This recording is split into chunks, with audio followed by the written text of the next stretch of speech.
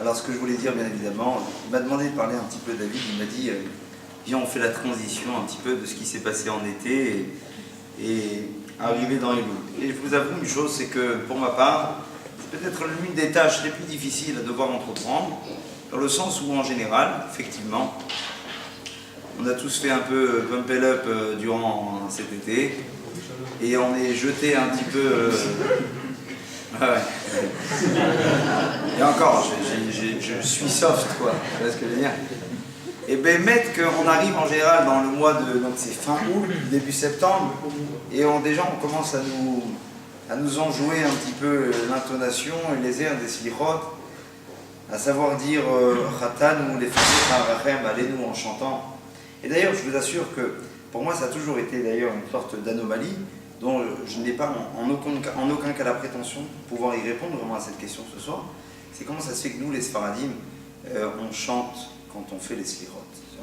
J'ai reçu une fois un WhatsApp, un mec qui m'envoyait une photo, il m'a dit slichot Ashkenaz et slichot Sfarad. Tu vois les Ashkenazim, il y a plein de Chinois qui sont en train de pleurer sur une tombe, tu vois. Il dit ça, c'est les slichot Ashkenaz. Et slichot Sfarad, c'est plein de mecs en boîte en train de faire comme ça, tu vois. Et ben mecs en boîte en Eretz Israël, il paraît à Tel Aviv. Enfin, il paraît, hein, comme ça, j'ai pas été moi, pour vous dire, je sais pas. Et là-bas, il chante Ratan ou les Fanecha Rachem Alenu, ce qui veut dire qu'on a fauté devant toi et tente à avoir pitié de nous. Alors moi, j'aimerais savoir véritablement, aujourd'hui, est-ce que la tchouva bémet est envisageable? Est-ce que vraiment, d'une certaine façon, on nous bassine tellement avec tchouva et finalement, tchouva oui, tchouva non? Je ne sais pas véritablement de quoi parle la tchouva.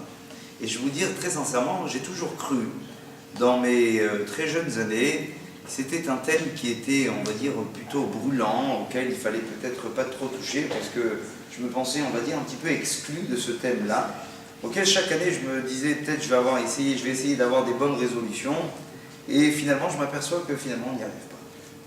Finalement on n'y arrive pas.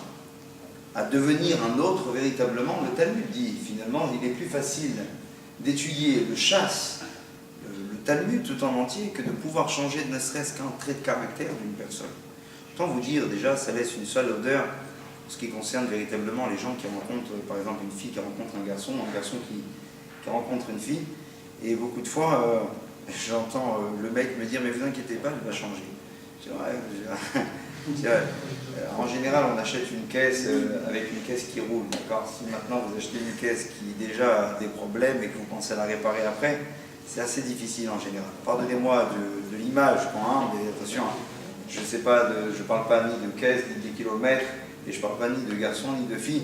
C'est de façon très globale et très générale. Mais quoi qu'il en soit, ce que j'aurais aimé qu'on essaye de parler un petit peu ce soir, c'est de savoir en quoi véritablement la tchouva peut me parler à moi. Quand je dis à moi, pas Jérémie, mais à moi, c'est-à-dire tout le monde en soi. Et vous allez voir que, finalement, je suis tombé sur un texte du Maharal qui m'a permis de pouvoir aspirer véritablement à me dire, cette année, je vais faire tchouva. Pour autant, je ne change pas tant que ça. Ça a l'air complètement dingue, ça a l'air complètement fou, mais c'est un petit peu le projet dont j'aspire à vous expliquer durant les quelques minutes que nous avons ensemble. Alors, je vais vous dire tout simplement. D'abord, pour tenter d'expliquer un petit peu ce que veut dire véritablement le mot Elul. Elul est une sorte de recherche, d'analyse de soi, et d'arriver du moins à faire ce qu'on appelle une sorte d'introspection. Enfin, tout ce qu'on n'aime pas. C'est véritablement le sale boulot, aujourd'hui, qui véritablement est dans l'introspection, de savoir véritablement qu'est-ce qu'il a été et comment il peut devenir meilleur. Alors ça, c'était un jargon très yeshivati à l'époque, où on tentait de nous dire, bon, il faut devenir meilleur, alors on nous faisait croire à des idées. Alors peut-être que je suis un rebelle dans l'âme, je ne sais pas, mais quelque part j'ai pensé qu'il ne fallait plus parler de cette façon-là. Il y en avait marre de dire aux gens qu'il fallait changer pour devenir meilleur. Peut-être que véritablement le meilleur était déjà en nous. Et c'est juste qu'on avait juste oublié de savoir le mettre à la surface. Et c'est un petit peu ce que je vais tenter de vous expliquer à travers les quelques minutes qu'on a ensemble. Et je vais d'abord vous raconter une petite histoire. Une histoire dont vous avez sûrement déjà entendu parler, puisque c'est l'histoire du premier homme sur cette terre, Adam Arishon. On dit qu'Adam Arishon, vous connaissez l'histoire, le gars il arrive, quelques heures à peine, alors qu'il vient de naître à peine, on lui demande ne touche à aucun arbre, ne touche à juste à un arbre tu ne toucheras pas. Et voilà que, eh bien, le seule interdiction qu'il avait, eh bien, il a fallu quand même que, malheureusement, il l'entrave. Et voilà que va-t-il se passer? Eh bien évidemment, comme un vrai mec bien et fier de lui, quand on va lui demander c'est la faute de qui, il va dire non, c'est pas moi, c'est ma femme. C'est toujours la faute des gonzesses en général, c'est vrai. Et donc c'est pour ça qu'Adam Arishon, il a dit Aïcha, ouais, ironie, ça va, arrêtez de faire la tronche. Ouais. Aïcha, Asher, Natata, il m'a dit. Autrement dit, c'est-à-dire que c'est la femme que tu m'as donnée, qui quelque part finalement un petit peu, pardonnez-moi du terme un peu décodé, quelque part finalement, eh bien c'est pas de ma faute. Alors, on dit tout ça c'est une histoire de séduction, puisque finalement le serpent a séduit Chava, et Chava à son tour l'a séduit Adam. D'ailleurs, entre parenthèses, moi j'ai toujours été effaré de ce midrash qui dit qu'en fait que Chava, quand elle va fauter, elle dit il n'est pas question que moi je faute toute seule et que mon mari ça reste un bon mec. Mais je me dégueulasse quoi, je dis c'est franchement pas sympa. Et je me dis, et en fait qu'est-ce qu'elle a dit, qu'est-ce qu'elle s'est dit Chava? Elle a dit une chose pareille, dit le midrash comme ça, elle a dit si déjà je meurs, si tu imagines le mec qui va se marier avec une autre. Vous imaginez un petit peu, c'est dingue quand même, tu vois. Et pourtant le midrash dit voilà, ça c'était la première femme sur terre. Et je referme la parenthèse, vous en ferez bon usage ou mauvais usage, qu'importe, mais en tout cas, vous en ferez l'usage qu'il le faut. Quoi qu'il en soit, pourquoi je vous raconte cette histoire-là? Parce que juste après la faute d'Adam Arishon, que se passe-t-il? Alors à ce moment-là, vous connaissez l'histoire, Dieu lui dit, désormais tu travailleras à la sueur de ton front, Chava, tu seras dirigé par un homme que tu n'aimes pas forcément, et tu devras faire des enfants véritablement dans la douleur, le serpent, tu devras ramper, et la terre sera ta besogne quotidienne, et ainsi de suite. Et là, se passe une chose phénoménale.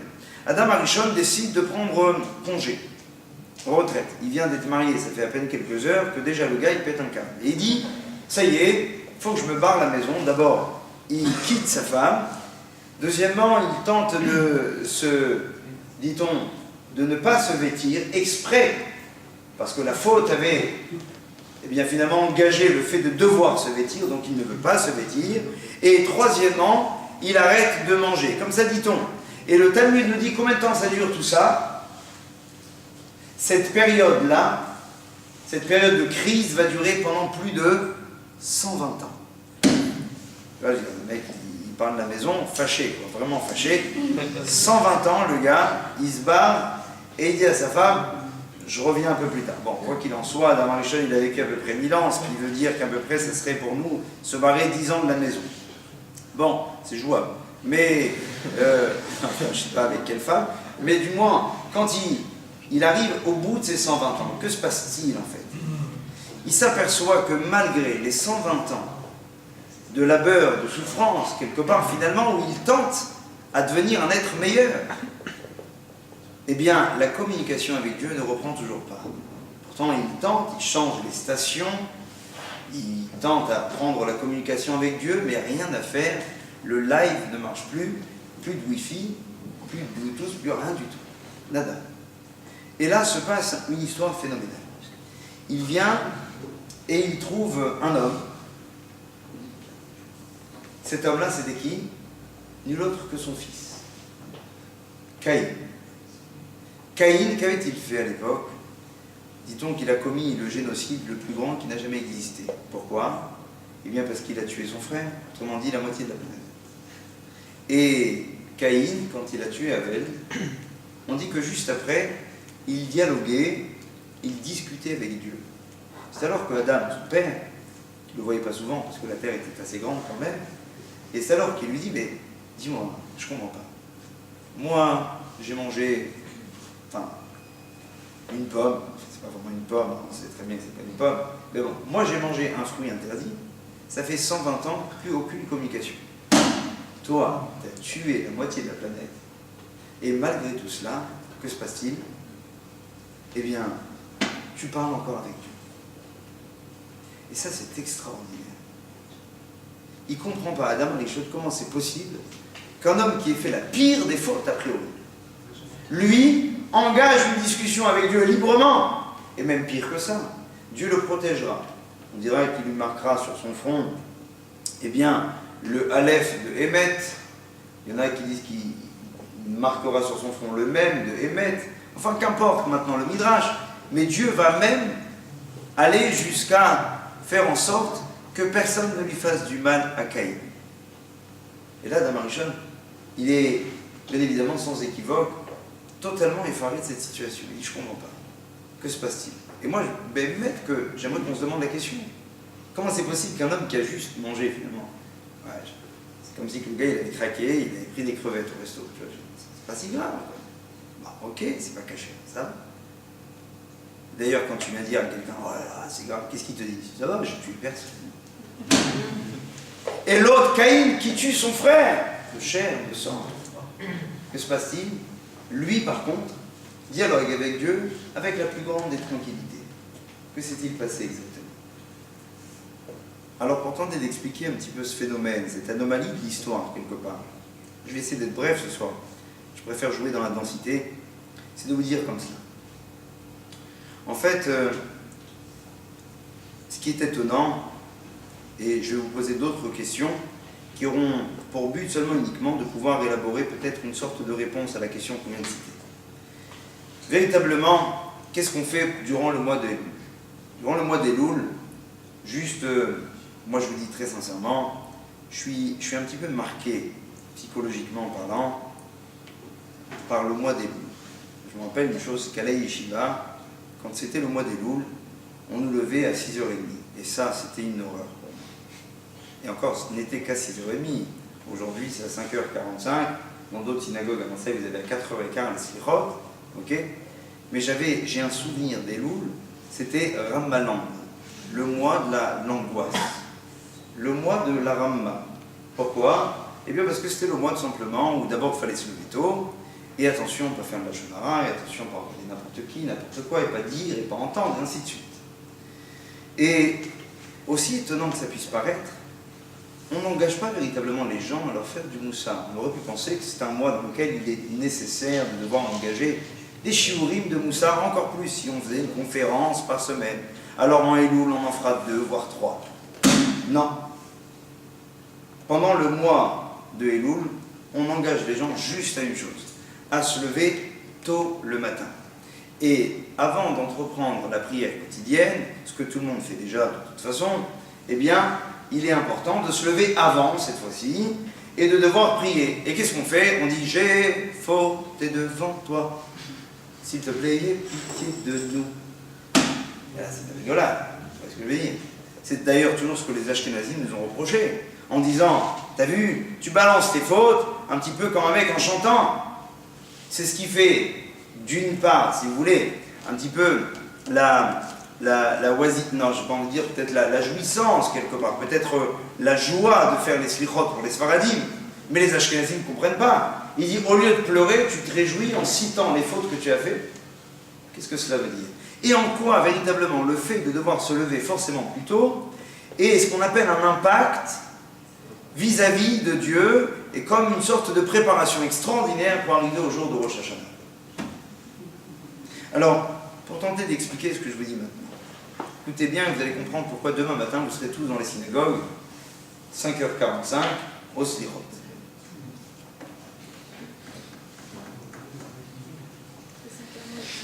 En fait, oui, 5h30 pour celui qui veut, il y en a d'autres, je ne vais pas visiter toutes les synagogues. Si déjà je prêche pour ma synagogue, d'accord? Et quelque part, je vais vous dire la chose suivante, écoutez bien. Vous savez que il y a une histoire qui m'a toujours étonné. Moi, c'est une histoire qui m'a toujours épaté. C'est l'histoire de Pourim. L'histoire de Pourim, on s'aperçoit que le peuple d'Israël se retrouve dans un état, autant dire presque à l'abandon. Au point même que Moïse ne peut rien faire. Avraham Avinu dit à Mordechai, en songe, il lui apparaît et lui dit, c'est tout, Nixera, Xeratrem, et vous devez tous mourir. C'est-à-dire qu'un décret pèse sur le clan d'Israël, et désormais, le clan d'Israël doit disparaître. Alors Esther, que fait-elle? Esther, elle engage Mordechai, elle lui dit, il faut faire absolument Teshuvah. C'est d'ailleurs la foi, la seule foi. On verra que la Teshuvah en aura un impact, d'une façon, on va dire, aussi implacable. C'est le jour où Esther, elle demande de faire 3 jours de jeûne, et de demander à tout le monde de faire teshuva. Mais voilà qu'un midrash me dit, que faisaient-ils de si mal les gens de cette époque-là? Tout simplement. Vous savez ce qu'il y avait de si mal à cette époque-là? Eh bien, c'était les mariages mixtes. La gravité de cette époque, c'est que le peuple, malheureusement, se perdait.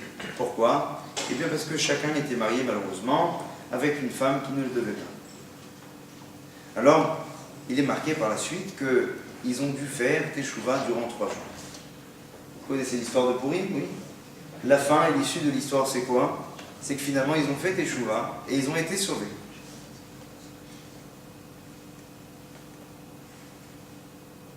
Ce qui voudrait dire que si maintenant vous vous baladez dans les rues de Suse, à l'époque, Shushan, si vous baladiez à l'époque dans les 127 provinces d'Achashverosh et que vous rencontriez des juifs, vous auriez eu peu de chance de voir un juif marié avec une non-juive, on est bien d'accord, s'ils ont fait teshuva.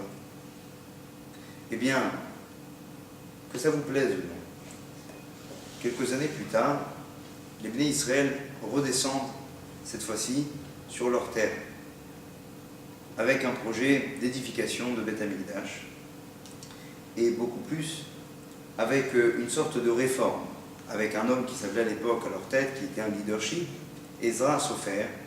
Et Ezra va pleurer à ce moment-là, dans ses écrits. Pourquoi? Parce qu'il décrit que les gens qui viennent de Bavel, les gens qui viennent des 127 provinces d'Achashverosh, eh bien, ils sont tous mariés avec des femmes non juives.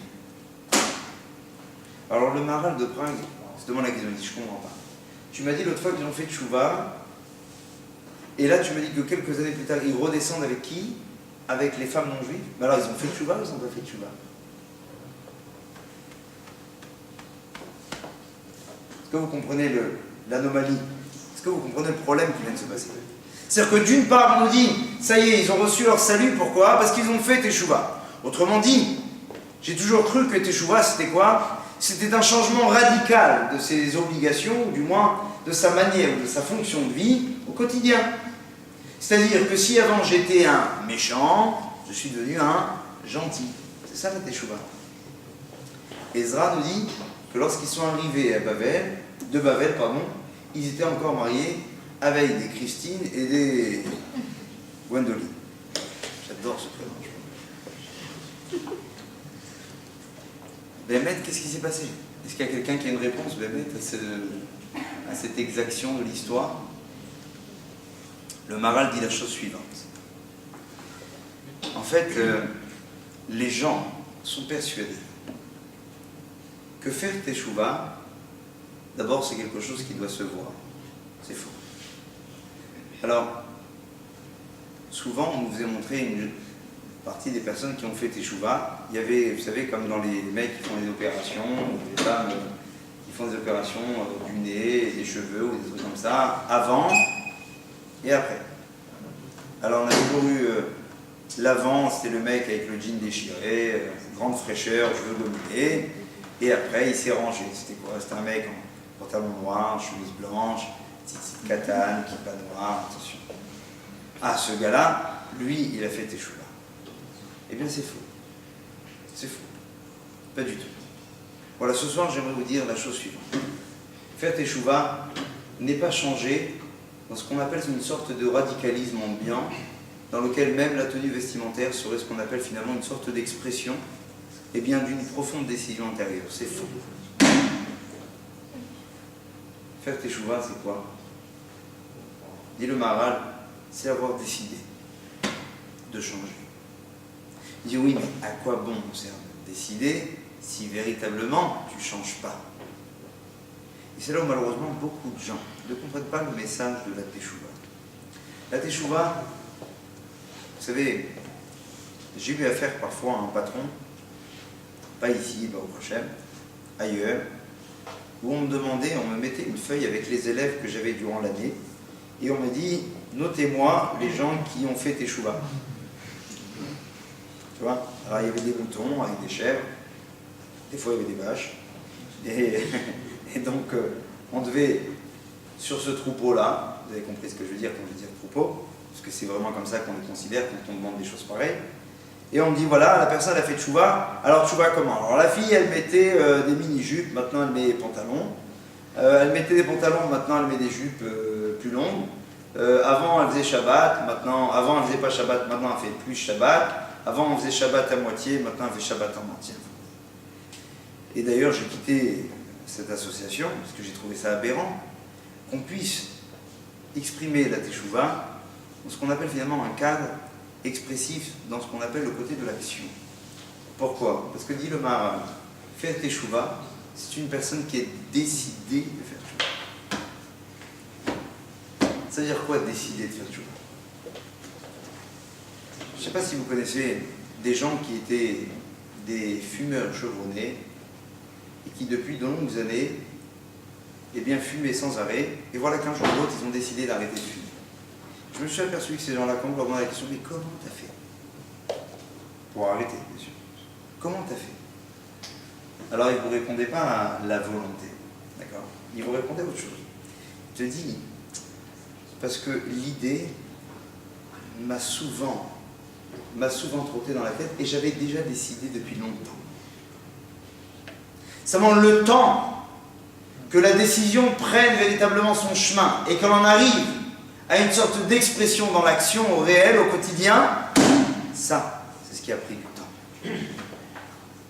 Comprenez ou pas les amis? C'est que décider de changer, c'est une chose. Moi j'ai toujours rigolé parce que, vous connaissez la blague du mec, il est dans un train et il y a le contrôleur qui arrive, il dit ticket, donc il y a le gars qui arrive à un moment, et il dit ticket, et là il vérifie, il dit effectivement il a le ticket, mais il s'aperçoit qu'en fait, admettons, si c'était pour aller de Paris à Marseille, il lui dit mais vous avez un billet de train, mais c'est pas le bon, c'est celui qui va de Marseille à Paris celui-là.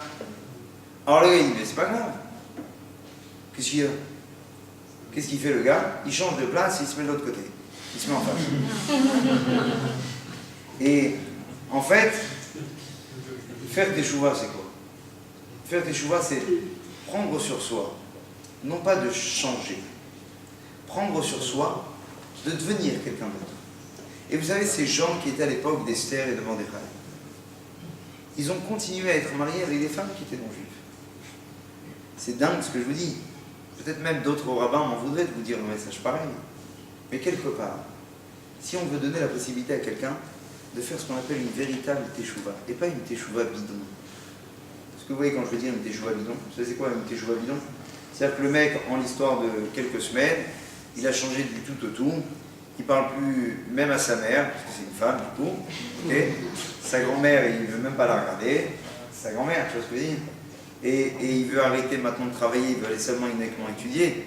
Ça, eh bien, j'essaierai d'assimiler peut-être cette image-là à celui qui n'a fait que changer de place. Par contre, celui qui a pris sur lui, c'est-à-dire qu'il a dit, aujourd'hui j'ai compris certaines choses, il intègre une idée, mais dont il sait que le chemin de cette idée prendra du temps pour véritablement un jour venir à la fin et de pouvoir véritablement changer dans l'action. Quelqu'un qui assume cela, c'est quelqu'un qui a compris c'était quoi la Teshuvah. Et là j'en arrive en fait de façon on va dire, peut-être la chose la plus essentielle de ce que j'aurais aimé vous dire ce soir. Après, ce soir, je n'ai pas envie de faire une conférence, c'est un coup de j'ai envie de faire, c'est vraiment vous dire j'en ai marre. Parce qu'il y a des gens qui me disent, écoutez, vous savez, moi je suis quelqu'un d'entier. Et moi ça me fait marrer ces gens-là. Parce que les gens me disent, moi je suis entier, vous savez, je suis comme ça, je suis trop bon. Je suis comme ça, voilà, je sens absolument le besoin de dire ce que je pense et ce que je ressens. Ça a toujours été un grand problème chez les gens en général, de ne jamais assumer leurs défauts. Et ils ont toujours dit, en fait, je n'ai pas de défaut, c'est parce que je suis trop bon. C'est pour ça qu'il y a un proverbe français qui dit trop bon. Voilà. Et donc, ce que je veux dire, c'est comme cela. C'est que, en fait, t'es pas trop bon. T'es tout simplement trop bon. D'accord? Tout simplement, ça s'arrête là. Parce que le fait d'être quelqu'un de gentil, mais sans mesurer la générosité de ton acte, quelque part, c'est être méchant. C'est être bête, finalement. Quand quelqu'un ne sait pas être juste dans ce qu'il est, c'est quoi un tzaddik? Un tzaddik, c'est pas un bon gars. Un tzaddik, c'est un juste. C'est-à-dire quoi, quelqu'un de juste? Juste, c'est-à-dire qu'il a compris où était le juste milieu des choses. Et c'est malheureusement l'amalgame que font beaucoup trop de personnes. En pensant qu'ils sont entiers. Alors sous prétexte qu'ils se pensent comme des gens véritablement intègres et entiers. Donc il dit, moi je préfère ne rien faire que de faire un petit peu. Et vous imaginez quoi? La meuf, elle va à des cours de Torah, et je la vois où? Je la vois au bazar samedi soir. Non mais vous imaginez, l'autre, hier soir, il y a un mec qui m'a dit, ah vous avez vu là, celle-là? Je dis, ouais, qu'est-ce qu'elle a? Je dis, bien, c'est une bonne fille, pourquoi?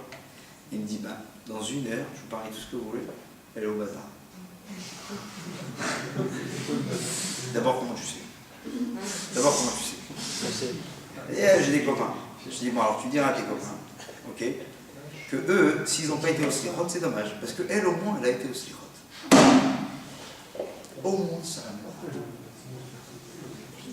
Et c'est les gens qui me disent, oui, vous imaginez à quoi ça sert de se couvrir la tête, mais se mettre en 2 pièces à la plage?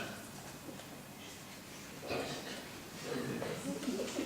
connaissez le mec qui va, il décide de ne plus mettre son talit katan, pourquoi? Parce qu'il dit, mais quand je chante et quand je danse en boîte, alors il y a le tzitzit qui sort du pantalon. Alors j'ai arrêté, moi je suis un mec entier, je peux faire ou tout ou rien. Espèce d'idiot, alors si déjà, alors d'aller en boîte, si vraiment t'es si entier. Non, je peux pas tout de ce côté. Parce que, et moi ce que j'ai envie de vous dire ce soir, et c'est ce que je n'arrête pas de dire d'ailleurs, à la majorité des élèves que j'ai quand je leur essaye de leur parler des chouvas, c'est n'ayez jamais honte de ce que vous êtes. Assumez pleinement vos qualités, d'une part c'est sûr, mais aussi et surtout vos défauts. Pourquoi? Parce que le fait d'assumer un défaut, c'est se donner les chances véritablement d'un jour de pouvoir le réparer. Alors c'est pas grave. Pourquoi? Moi je vais vous dire, assumez le fait d'être quelqu'un de tordu. Il y a des gens qui ont peur d'être des schizophrènes. De toute façon, aujourd'hui, qui n'est pas schizophrène? Non, vous connaissez des gens qui ne sont pas schizophrènes, franchement? On est tous des grands schizos. D'accord? C'est-à-dire que tu es à la synagogue d'une façon que tu n'es pas avec tes parents. Tu es avec tes parents d'une façon que tu n'es pas avec ton pote. Ou avec ta pote. Ouais. Tu es avec un ami ce que tu n'es pas avec tes frères. Tu es avec ton patron ce que tu n'es pas avec ton rabbin, et ainsi de suite, ainsi de suite. En clair, on est tous des grands caméléons. On s'adapte à toutes les situations. Maintenant, le gars qui dit « moi je suis entier », je rigole. Pourquoi? Parce qu'à ce moment-là, c'est un type qui est invivable. On ne peut pas vivre comme cela. On ne peut pas aspirer, voire espérer, à un changement quelconque si une personne n'arrive pas à reconnaître au moins le fait que d'être bien, c'est d'être un jour mieux. Et c'est quoi mieux? Quand quelqu'un décide d'être mieux, c'est une personne qui avait décidé d'abord de comprendre qu'il avait des défauts au départ, mais qu'un jour, il arrivera à les changer. Vous savez, j'ai vu une fois un commentaire du Nachmani. Nachmani, il parle de « tu aimeras ton prochain comme toi-même ». Vous avez entendu parler de cette phrase? Eh bien, lorsque le Nachmani dit « tu aimeras ton prochain comme toi-même », il dit en fait c'est une boutade, c'est une blague. C'est impossible d'aimer l'autre comme soi-même.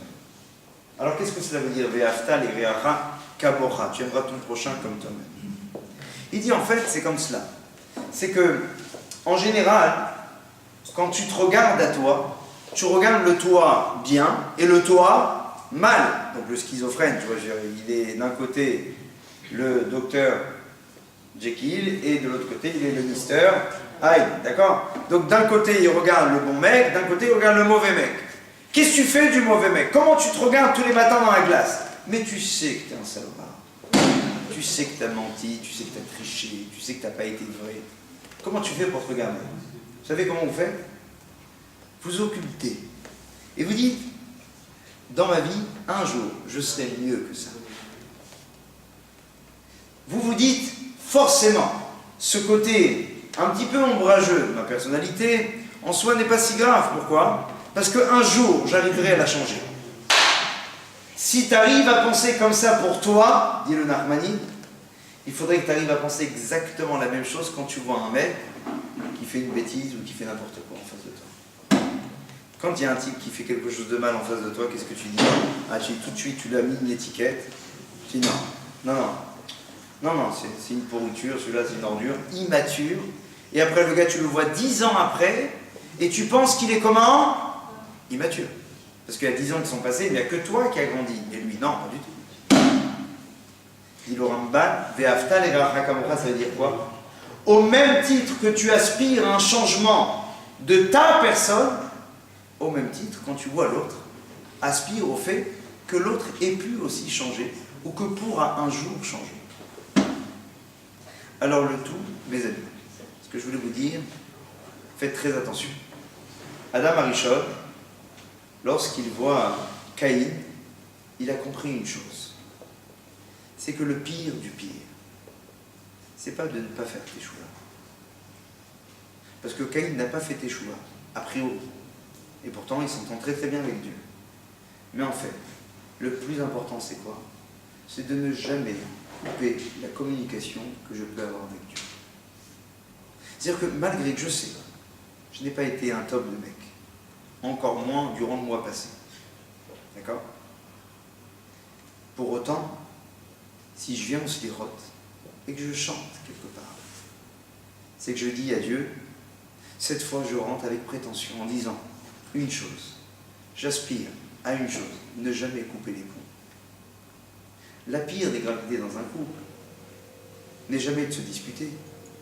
Il y a bien pire que la dispute. C'est quoi? C'est qu'il n'y en ait pas. C'est que dès lors que les deux personnes n'arrivent plus à se parler, parce que cette fois-ci, effectivement, on a coupé les ponts, alors on ne se donne même pas la possibilité un jour ou la faculté d'entrevoir une prérogative quelque part ou une perspective de shalom. Que quand quelqu'un a gardé la communication avec Dieu, il dit écoute, je sais ce que j'ai fait et j'en suis peut-être pas le plus fier. Il y a une chose que je ne veux pas, c'est couper les ponts avec toi. C'est la raison pour laquelle on se lève tous les matins pour faire les slichot. C'est quoi les slichot? Quelque part, c'est dire à Dieu, voilà, je le dis en gueulant et en assumant. Alors aujourd'hui, je rentre, comme disait Pagani, et je gueule. Je le dis haut et fort, avec peut-être même trop de vanité, trop de prétention. Mais une chose qui est sûre que je fais, c'est que j'assume le côté mauvais que je peux véritablement habiter en moi. De dire cela, c'est déjà en soi la plus grande des teshuva qui puisse exister. C'est s'être donné la chance, la possibilité, un jour entrevoir ou entreprendre un quelconque changement finalement dans les jours à venir ou les jours futurs. Vous comprenez? Voilà ce que je voulais vous dire ce soir. Quand vous faites, c'est ce que voit maintenant Adam Arishon quand il voit Caïn, il a compris une chose, c'est que Caïn, il y a une chose qu'il a décidé, c'est de ne pas couper les ponts avec Dieu. Adam Arishon, il a compris malheureusement mal que s'il fallait avoir la communication avec Dieu, encore fallait-il faire le premier pas. Vous comprenez ce que je viens de vous dire? Voilà. En d'autres termes, si le mois des loups peut venir nous apprendre quelque chose, c'est vous dire, n'ayez pas la prétention de devenir d'autres personnes. Mais peut-être autre chose cette fois-ci. En fait, Elul, s'il est ce qu'on appelle une sorte de réflexion sur sa personne, c'est de vous demander une chose. C'est quoi? Soyez vous. Soyez vous. C'est-à-dire, reconnaissez les choses bonnes comme les choses moins bonnes, qu'on peut véritablement être en général. Et c'est comme cela qu'une personne peut arriver un jour à changer. En fait, ce que je dis très souvent à des élèves qui tentent de changer mais qui n'y arrivent pas, ce que je n'arrête pas, et je ne tarirai jamais d'ailleurs de dire ce message, c'est de vous dire, ne tentez pas à être l'autre, tentez à être juste vous-même. Et si vous pensez vouloir arriver à ce que l'autre il est, alors un jour vous y arriverez. Pourquoi? Eh bien tout simplement parce que le cheminement entre l'idée et l'action, eh bien prend un temps qui malheureusement, personne ne peut savoir véritablement combien de temps cela prendra-t-il.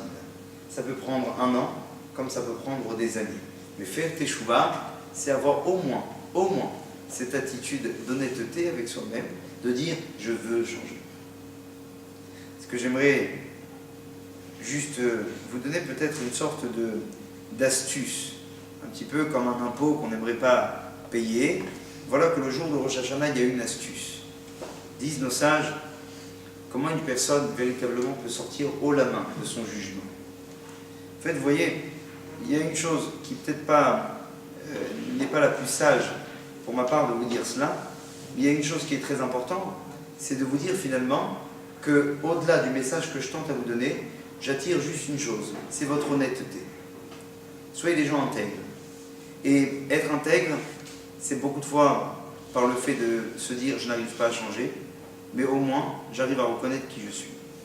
Et ce que disait Raphaël Shmulevitz, quand une personne tente à être sauvée, à recevoir un salut le jour de Rosh Hashanah, et comme à ce que disait tout à l'heure David, il le disait parfaitement bien, à aspirer à ce que cette année soit belle, soit douce, qu'enfin les problèmes qu'on tente à éviter cette année, on n'ait plus à les rencontrer, voire même mieux, que la situation puisse se bonifier, et ce, sur tous les domaines de la vie. Il y a une chose à faire. Vous savez c'est quoi? C'est celui qui est ma'avir al-midotav. Autrement dit, il y a un gars qui t'embête, il y a un gars qui a été exigeant vis-à-vis de toi, et toi qu'est-ce que tu fais? Tu laisses couler. Dit la Gemara, kol ha'ma'avir al-midotav, tout celui qui laisse passer sur ses traits de caractère. Le gars maintenant c'est un Marocain, tu vois, un dur, un vrai. Tu vois le gars, c'est une barre de fer, il n'arrive pas à faire tzedaka, tu vois ce que je veux dire. Mais là il y a un pauvre qui vient, le mec tu vois ce que je veux dire. Il y a un mec l'autre fois il m'a fait une blague sur les enfin c'est pas très gentil de dire ça sur eux, sur les radins en général. Il paraît que les mecs décident du Maroc sont vachement radins. Et il paraît que là-bas il n'y a pas de pigeons. Vous savez pourquoi? Parce que là-bas il n'y a pas de miettes. Comme c'est gentil. Je raconte même d'un mec un jour qui était un mec qui s'appelle Maurice, le mec Ness, il est vraiment mal le gars, mal. Pourquoi? Parce qu'il revient de vacances et il arrive à la maison, il s'aperçoit qu'il a été totalement,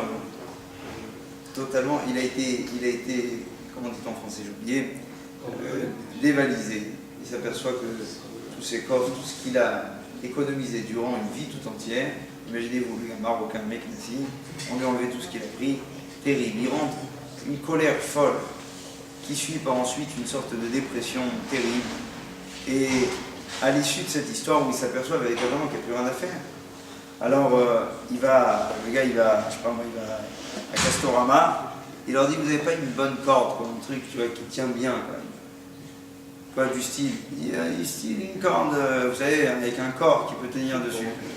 Bon, alors le vendeur il veut vendre, quoi, tout simplement, et il achète la meilleure corde, même chère, et tout, il dit ça y est, de toute façon j'ai plus rien. Autant tout perdre maintenant. Et là, qu'est-ce qui se passe? Le gars, il arrive chez lui à la maison, il installe bien comme il faut la poutre, la corne, il fait le double nœud bien comme il faut, il serre tout. Il installe la chaise, le petit tabouret à côté, il met sa tête et là, il y a le téléphone qui sonne. Ah, zut alors. Il répond au téléphone. Sa femme. Allô, chérie? Qu'est-ce qu'il y a? Je t'appelle du commissariat. Il dit alors, ils ont tout retrouvé. Ça y est, ne t'en fais pas, ils ont tout retrouvé. Les voleurs, le butin, tout. Il dit arrête, tu peux pas me dire ça maintenant. Il dit pourquoi? Il dit non, moi j'allais me pendre, maintenant c'est fini, je vais me suicider. Il dit mais je te dis ça y est, arrête de t'en faire, ils ont tout retrouvé. Qu'est-ce qu'il lui dit à sa femme? J'ai déjà acheté la corde, je peux pas, ça y est, je Alors le gars, disent les Chachamim, kol ha'ma'avir al-midotav. C'est quoi ma'avir al-midotav? C'est-à-dire que c'est celui qui tente à faire en sorte de casser, de briser quelque part, de briser un petit peu ses midotes. De voir le pauvre et de lui donner. Quelqu'un qui lui a fait une remarque où en général il n'aime pas qu'on lui parle de cette façon, et là il laisse couler. Alors que se passe-t-il? Eh bien, dit la Gemara dessus, je vous lis les termes exacts, où il est marqué dessus El midat adi medak deket, c'est-à-dire que la tribu de rigueur sur cet homme-là ne viendra en aucun cas brimer sa neshama. Et qu'est-ce qui se passe? Et la manchatan veolechet, c'est-à-dire que même si le gars, il a fait les pires des bêtises cette année-là, mais la rigueur, qu'est-ce qu'elle va dire? Elle va dire celui-là, on le laisse tranquille. Pourquoi? Parce que sous-entendu, lui, il est ce qu'on appelle magnanime avec les autres, alors Dieu le sera à son tour aussi. Vous connaissez cette histoire? On dit qu'à l'époque du Talmud, je finirai avec ça, il y avait un rabbin qui s'appelait Rabbi Eliezer. On lui a dit, voilà, ça fait maintenant 3 semaines qu'il n'y a plus de pluie. Rabbi, il faut absolument descendre dans la rue, et comme ça était la coutume de l'époque, ils descendaient dans la rue et ils organisaient une sorte de manifestation énorme avec des prières et avec une sorte de piété assez exceptionnelle. C'est alors que, voilà que, avec cette sécheresse-là, ils invitent Rabbi Eliezer à venir au pupitre et faire des prières. C'est alors que Rabbi Eliezer prie, il prie 10 minutes, une demi-heure, une heure, quelques heures passées après, et pas l'ombre d'un nuage à l'horizon. C'est alors que l'un des élèves dit, et si on faisait monter un autre rabbin? Pareil qu'il est bon lui aussi. C'est Rabbi Akiva. Rabbi Akiva, que fait-il? Il arrive, à peine ose-t-il ouvrir sa bouche pour y faire des prières, et c'est alors qu'une multitude de nuages arrivent et déversent un tourbillon, littéralement, sur la communauté. Alors, dit à ce moment-là le shamash, qui était à côté, il dit, attention, ne faites pas l'erreur de croire que Rabbi Eliezer est plus petit que Rabbi Akiva. Non, pas du tout. D'un côté, c'est un peu normal. Si vous voyez que Rabbi Eliezer, qui est le grand, le chef spirituel, qui lui, il a prié pendant des heures, et que s'est-il passé? Eh bien, rien n'est arrivé, et que vous voyez que Rabbi Akiva vient d'arriver, et en ouvrant à peine la bouche, que s'est-il passé? L'eau est arrivée. Qu'est-ce que vous allez dire? C'est évident. Rabbi Akiva, c'est un tueur à gages, et Rabbi Eliezer, c'est une banane. D'accord?